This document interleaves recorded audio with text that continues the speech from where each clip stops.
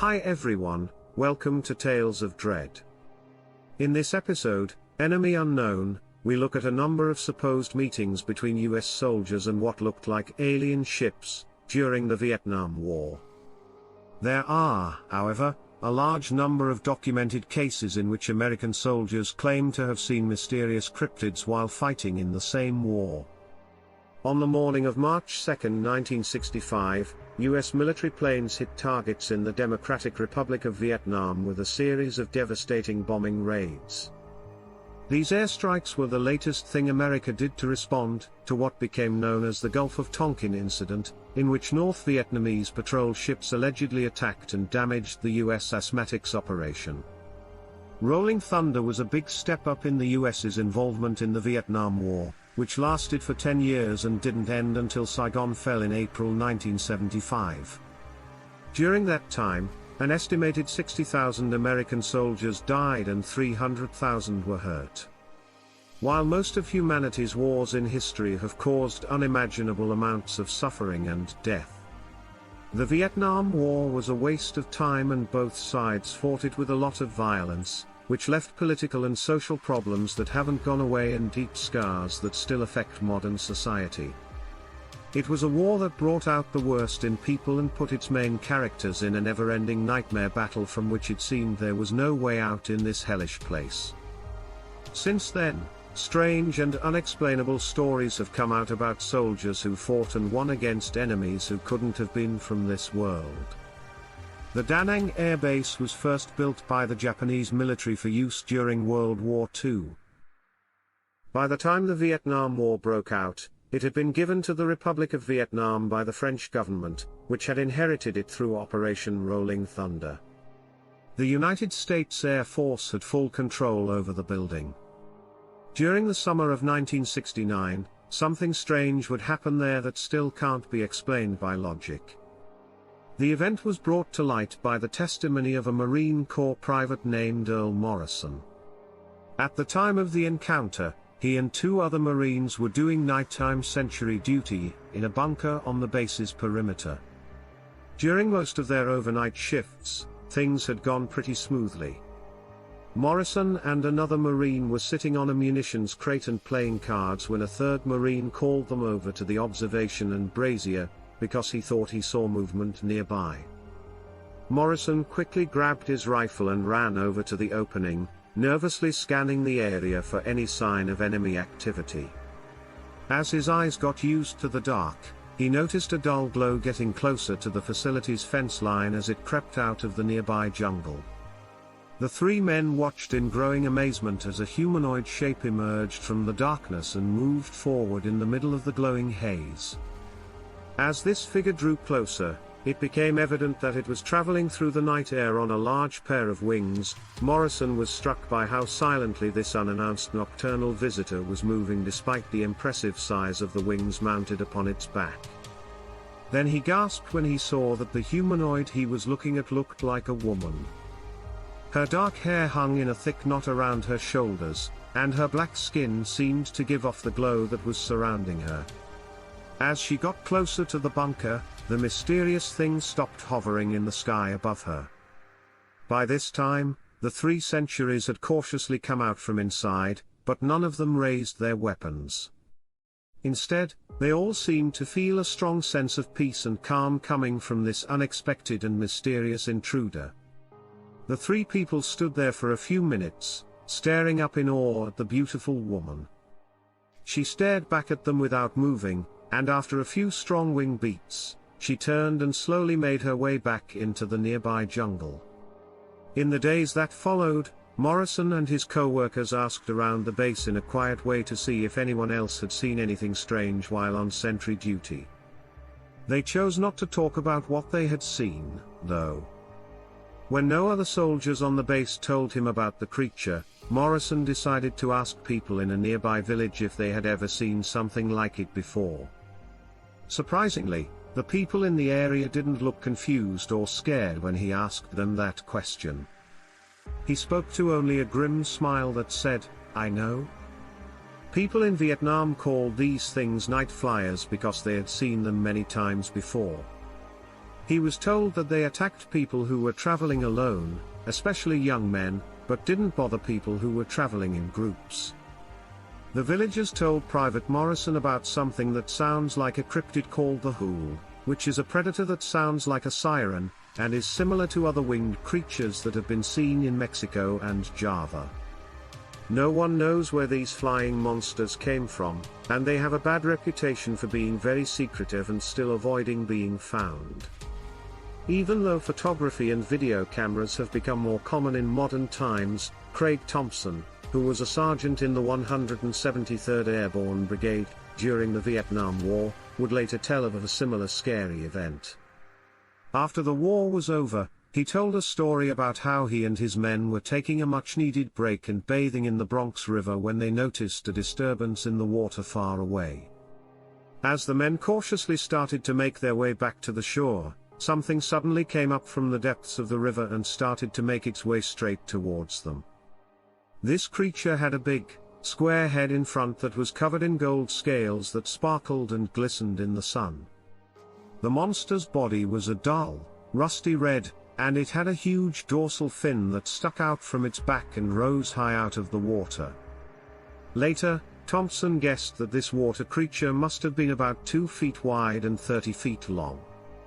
He had watched in horror as the speed of the strange creature started to pick up as it got closer to the swimmers who were trying to get away. As it was doing this, the men running to the riverbank were also going faster. The swimmers? Some of the paratroopers who had just gotten out of the water had already grabbed their carbines, knowing that the ship's rush to get to them probably wouldn't end well. Several shots were fired, and the bullets hit the water around the monster and bounced back. The huge head instinctively went under the water's surface almost at the same time as the dorsal fin, and then the shark was gone. In the years after the war, Thompson couldn't get out of his mind the image of the creature cutting through the water to get to his group, so he started looking into what he had seen. Eventually, he found that the closest known species to the strange animal was an oarfish, which can grow to be 36 feet long. Thompson also learned that the oarfish is a deep-sea creature that has never been found in freshwater rivers and has never been seen near the surface. Also, no golden-colored oarfish have ever been found, whatever it was that was so interested in the American soldiers. It didn't look like any other sea creature that people had seen so far. Another story was told by an unnamed military photographer who was with a group of U.S. air cavalry soldiers on a mission in a remote part of the Vietnamese jungle. In this story, they met a huge creature whose origins they didn't know. As the unit's helicopters flew close to the thick tree canopy below, he saw what looked like a strange path cut through the trees. At this point, the photographer noticed that there was a commotion in the cockpit and that the pilots seemed to be pointing to something off to their right. Moments later, one of the gunners leaned over and tapped him on the helmet, pointing to a large shape that was slowly moving along a path through the plants that was similar to the strange path that the photographer had seen before asking the unit's commander for permission to go off course. The helicopter went in a different direction from the rest of the group and then started to go down over the path below to see what was going on there. When the photographer looked down through the lens of his camera, he saw a large barrel-shaped object slowly moving across the ground and kicking up a cloud of dust behind it. At that moment, the shape suddenly rose up out of the ground, as if to meet the hovering helicopter. The photographer screamed in alarm when he saw that what he was looking at was the head of a huge snake that was about 4 feet wide and sat on top of a thick, wavy body that went back at least 100 feet. He started taking pictures of this huge snake, but they were never shown to the public. When the pilot got the order to meet up with the rest of the unit, the helicopter had already gone back to where it started. As with Private Morrison, the photographer had later made inquiries with locals about the viability of what he had seen. He was told that in the deepest, wildest part of the jungle, there lived a type of giant snake that the locals called bull leaders because it could swallow and eat a full-sized male cow. The bodies of these creatures were said to be so big and strong that they could push through thicker parts of the jungle by breaking or knocking down trees as they went. This is how the strange paths he had seen were made. The snake the photographer talked about is bigger than any snake ever seen on Earth and twice as big as the largest snake fossil ever found. It sounds most like the green anaconda, which is usually heavier and thicker than species that are longer, like the python or adder. The heaviest anaconda to have been killed was found to weigh 227 kilograms, being 30 feet long and 4 foot wide. The idea that there is a species that is 3 times bigger is pretty scary, especially since this is not the first time something like this has been seen since 1959. A flying officer named Remy van Leer was flying over the Belgian Congo when he saw a huge snake moving through the jungle below. He thought the snake was about 50 feet long. He had asked his pilot to go back and hover over it so he could capture it on film. He had just taken a few quick pictures when the creature suddenly got up off the ground and rose quickly 10 feet into the air toward the hovering plane. This scared the pilot right away, so he turned around and flew back to their base. There, Van Leer was able to develop his photos of the encounter and the giant snakes. There were also reports of other strange reptilian creatures, like the one an army corporal saw about 30 miles south of the DMZ while on patrol. In the summer of 1970, he was the second in command of a reconnaissance platoon that was walking through the jungle at night. When they saw something move up ahead, the soldiers went to the ground right away, hid themselves, and set up to ambush what they thought was an enemy patrol. After 15 tense minutes, the platoon cautiously moved forward into the waiting darkness, only to find that someone had put a low wall of boulders across the trail, blocking their way. As they went around the boulders, the soldiers found what looked like a trail of disturbed leaves leading into the trees and away from the track. They followed this new path for several minutes until it led them to a cave in the ground. Upon approaching the mouth of this tunnel, the Americans were immediately forced to withdraw by a foul and debilitating stench like that of aging or rotting meat, believing that whoever had placed the boulders on the path was hiding in the cave. The soldiers then went back into the trees and trained their weapons on the dark, rocky hollow while they sat and stared intently at its gaping entrance. Several soldiers were surprised by how smooth the edges of the hole were. They looked like they had been cut into the rock by some kind of tool or machine, not by natural wear and tear. As the soldiers waited, it seemed to them that all the sounds in the jungle had slowly stopped, and they couldn't hear any animal or bird cries. Then, all of a sudden, something moved inside the cave, and 2 figures came out into the moonlight.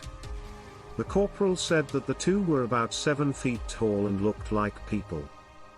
They were not wearing clothes, their bodies were covered in a thick and scaly height of some kind, and had apparently begun to communicate with one another using a series of loud clicks and hisses. Suddenly the creatures had paused, turning to stare directly into the undergrowth at the point where the American platoon was concealed. Slowly one of the pair raised a clawed hand as if pointing or indicating to his companion where the soldiers were hiding, and then all hell broke loose. One of the younger people in the squad fired because he was so scared by what he saw. Almost right away, the rest of the platoon joins in and starts shooting at the mysterious things, killing many of them. Half blinded by the volley, the unit sergeant had yelled for his men to cease fire order, which took several seconds to complete creeping forwards. The recon soldiers found that the 2 lizard men had gone back into the tunnel, leaving behind several pools of what they thought was blood. It smelled even worse than it had before, and this fluid seemed to be the cause. So, the team decided to use its explosives to blow up the cave and trap the creatures inside. This task was done. Before they went back out on patrol, the sergeant swore his men to secrecy. No official report was ever made about the meeting, and it wasn't until many years later that some of the veterans talked about it at a social event. These reports are only a small part of what American units and soldiers said about strange things that happened to them during the Vietnam War.